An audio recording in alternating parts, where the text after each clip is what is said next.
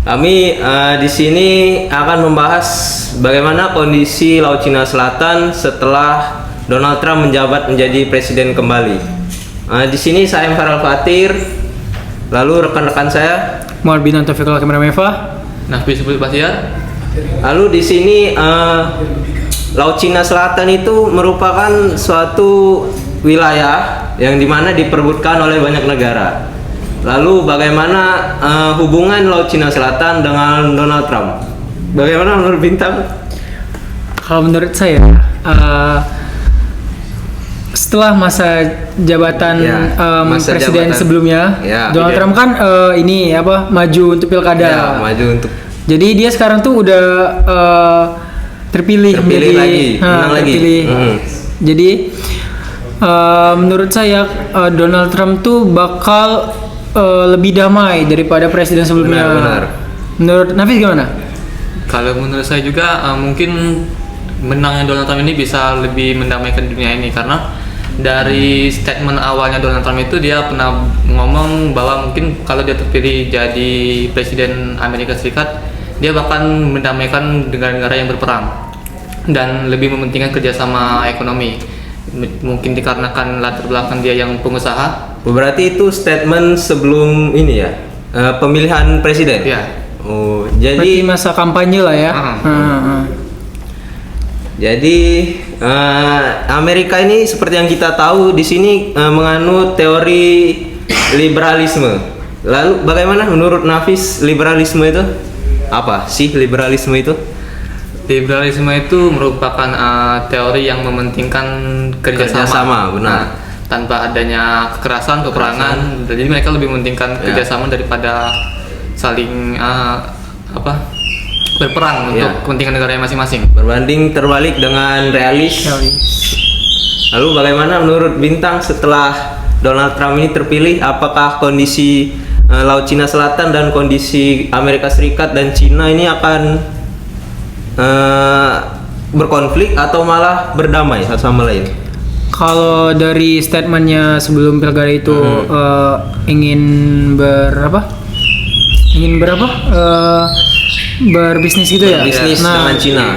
Menurut saya alangkah baiknya ya mereka tuh kan negara yang besar ya. Nah, jadi menurut aku ya mereka harus berbisnis dua itu.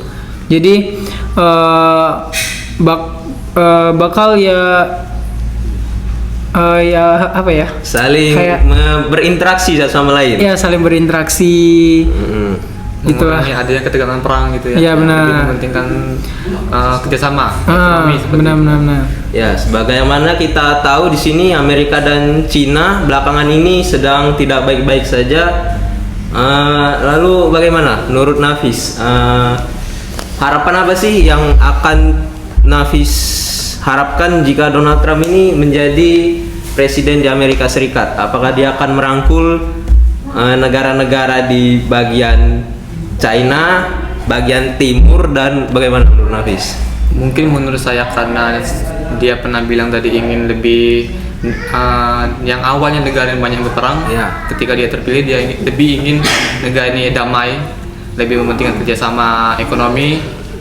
Dan mungkin harapan saya mungkin setelah dia terpilih jadi presiden ini mungkin dia lebih mendekatkan diri kepada negara-negara Asia, Tiongkok, agar lebih mementingkan kerjasama bagaimana memajukan negara-negara miskin berkembang dan membangun transport teknologi lah. Bagaimana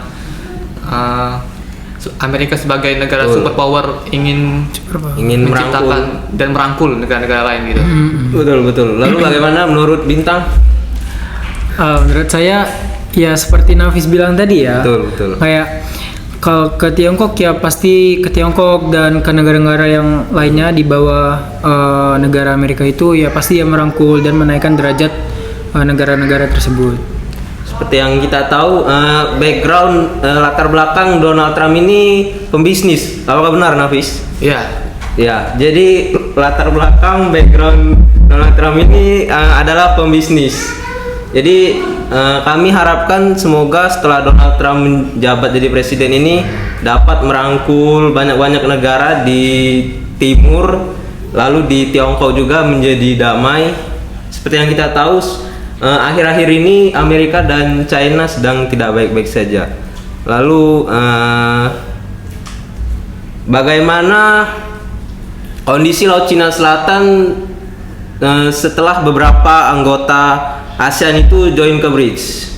Bagaimana menurut Bintang? Kalau menurut aku apa tadi pertanyaannya? Bagaimana setelah kondisi Laut Cina Selatan ini, setelah beberapa anggota ASEAN itu gabung ke dalam organisasi BRICS? Organisasi BRICS. Ya baiklah, kalau menurut aku sih bakal saling merangkul ya anggota ASEAN untuk kan Laut Cina Selatan itu salah satu jalur transportasi laut terbesar kan. Ya. Nah, jadi ya mungkin ASEAN bisa ngambil alih dari sana, kayak dia membuat lebih bagus lagi kayak jalur ininya. Jalur perdagangan. Iya, jalur perdagangan maksudnya. Itu sih. Kalau Nafis gimana, Bis? Kalau Nafis bagaimana? Kalau menurut saya dengan adanya organisasi BRICS ini, mungkin negara-negara yang bergabung dengan BRICS itu termasuk Asia seperti Indonesia, mungkin bisa lebih meningkat kerjasamanya di organisasi BRICS tersebut, tanpa mungkin mereka tanpa ada campur tangan blok lain seperti blok barat mungkin kan. Betul. Dan itu juga mungkin berpengaruh pada kawasan tersebut, karena eratnya tadi kerjasama, mungkin mereka akan lebih mementingkan kepentingan bersama daripada negaranya gitu.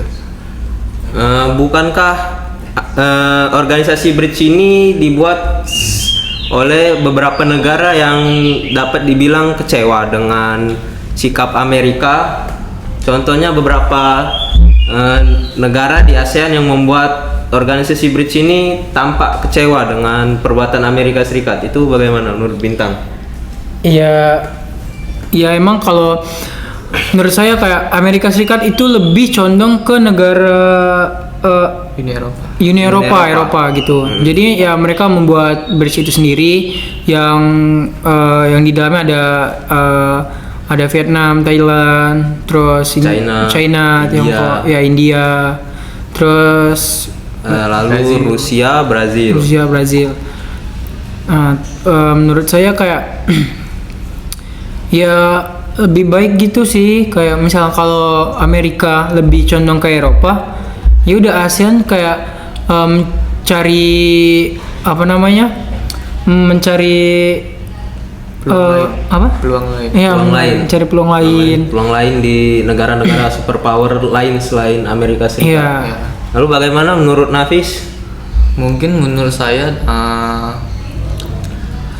karena kan katanya BRICS ini akan membuat mata uangnya sendiri. Ya, benar. Dan tidak ada satu mata uang dari negara lain. Benar. Dengan satu mata uang itu, mungkin dengan mereka karena kecewaan dari Amerika yang memegang dolar, kadang seenaknya begitu kan, mengatur keuangan mereka, dan mungkin mereka dengan kecewaan itu mungkin lebih berpikir mending saya bergabung dengan BRICS dengan adanya mata uang sendiri dan tanpa untuk mata uang bersama kan, jadi tidak ada yang memegang lebih tinggi atau bagaimana gitu. Lalu apakah ASEAN ini, seperti yang kita tahu, ASEAN ini sampai sekarang belum bisa menyelesaikan konflik yang ada di Laut Cina Selatan karena terkendala salah satunya ASEAN Way, yang dimana ASEAN Way itu sebuah peraturan agar tidak ada intervensi dari negara lain manapun. Lalu bagaimana menurut kalian, mengapa ASEAN ini tidak bisa mengatasi konflik di Laut Cina Selatan? Apakah ASEAN ini masih relevan sampai sekarang atau malah tidak relevan lagi? Bagaimana menurut Bintang dulu? Kalau menurut saya ASEAN ini tidak relevan lagi. Benar. Saya. Ya karena kalian tahu lah sendiri ya, kayak kurangnya kekuatan ASEAN ini kurang. Jadi ya menurut saya itu aja sih, kurang relevan sih. Lalu untuk Nafis bagaimana? Kalau menurut saya mungkin ada positif negatifnya. Mungkin dari positifnya itu Betul. ada yang organisasi ASEAN mungkin bisa menjadi penengah lah. Mungkin ada yang negara konflik Sebagai atau- mediator. ya. Dan negatifnya mungkin ASEAN ini kurangnya power dan juga ada peraturan non intervensi tadi. Ya, ASEAN jadi Way. jadi organisasi tadi tidak dapat atau negara ini tidak dapat ikut campur dalam masalah-masalah dalam negara lain gitu. Jadi mungkin itu kendalanya. Benar. Jadi benar menurut rekan saya Nafis ada positif dan negatifnya. Jadi dalam positifnya adanya ASEAN ini sebagai mediator antara negara-negara yang berkonflik di Laut Cina Selatan sebagai penengah, sebagai pihak yang dianggap netral untuk menyelesaikan konflik-konflik ini. Dan bisa mencegah lah istilahnya. ya. Betul, yang bisa mencegah adanya terjadi perang.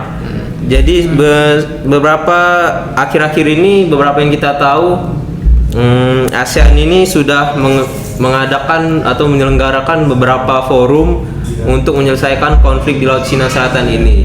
Tapi forum-forum tersebut belum bisa untuk menyelesaikan konflik-konflik di Laut Cina Selatan. Lalu bagaimana kita dengar harapan dari rekan-rekan kita di sini untuk ASEAN agar dapat menyelesaikan konflik di Laut Cina Selatan? Dari Nafis bagaimana harapannya? Mungkin kalau menurut saya organisasi ASEAN ini bisa lebih berani. Betul. Adanya power sendiri untuk menyelesaikan masalah tersebut tanpa adanya rasa takut dari tekanan atau dari negara manapun. Dari intervensi negara luar juga. Ya. Jadi mungkin adanya keberanian itu tanpa adanya rasa takut, tekan mungkin bisa lebih berpengaruh dalam konflik di Asia Selatan, di Asia Tenggara gitu. Asia Tenggara. Nah, itu aja sih. Lalu untuk Bintang bagaimana? Kalau menurut saya sih ya yang Nafis bilang tadi kayak harus lebih power gitu. Jangan lembek gitulah menurut saya sih. Dan ya harus tunjukkan lah kayak keganasan ASEAN tuh di mata-mata negara lain gitu seperti Berarti ASEAN tuh harus mengambil tindak tegas ya untuk iya, tindak tegas untuk Laut Cina Selatan ya, itu. untuk menindak China ya. Iya, menindak China. Benar banget. Lalu bagaimana konflik Laut Cina Selatan ini seperti yang kita tahu belum selesai sampai sekarang. Lalu kami harapkan semoga ASEAN dapat menyelesaikan konflik ini. Lalu apakah dengan Indonesia gabung ke bridge ini akan merusak netralitas Indonesia, yang dimana kita tahu Indonesia ini memegang pendirian politik bebas aktif, yang dimana yang dimana tidak berpihak pada blok manapun. Ya, manapun. Bagaimana menurut Nafis, apakah Indonesia ini mencoreng prinsip mereka sendiri yaitu bebas aktif dalam bergabung ke bridge? Baik, mungkin kalau menurut saya dengan Indonesia bergabungnya ke bridge, negara lain juga kan tahu Indonesia itu menggunakan prinsip bebas aktif. Mungkin dengan adanya prinsip itu Indonesia masih dipandang masih oke lah. Masih. Karena ada prinsipnya tadi, mungkin dia bisa bergabung dengan beberapa blok tanpa adanya ikatan yang pasti gitu. Gitu aja sih. Lalu bagaimana menurut Bintang? Menurut saya sih ya Indonesia masuk ke bridge. Nah, menurut saya sih ya apakah itu merusak netralitas Indonesia? Menurut saya sih ngerusak netralitas Indonesia sih karena dia tidak memegang teguh gitu loh prinsip mereka. Prinsip mereka kan bebas aktif. Jadi mereka kayak perdagangan ke Amerika, perdagangan ke China, terus investasi ke Amerika. Iya, investasi ke Amerika. Jadi kayak mereka tuh menurut saya Indonesia nih kurang tegas. Jadi ya misalnya kalau mereka berkonflik China dan Amerika, nah Indonesia mau bagaimana? Indonesia bingung. Benar. Mau ambil blok mana? Pihak yang mana? Blok mana? Antara China atau Amerika? Iya. Jadi sebagaimana kita tahu bridge ini kan dibuat karena beberapa anggota ASEAN itu kecewa dengan sikap Amerika. Jadi Indonesia gabung ke bridge ini sepertinya akan membuat Amerika marah karena sikap ketidakadilan Indonesia. Jadi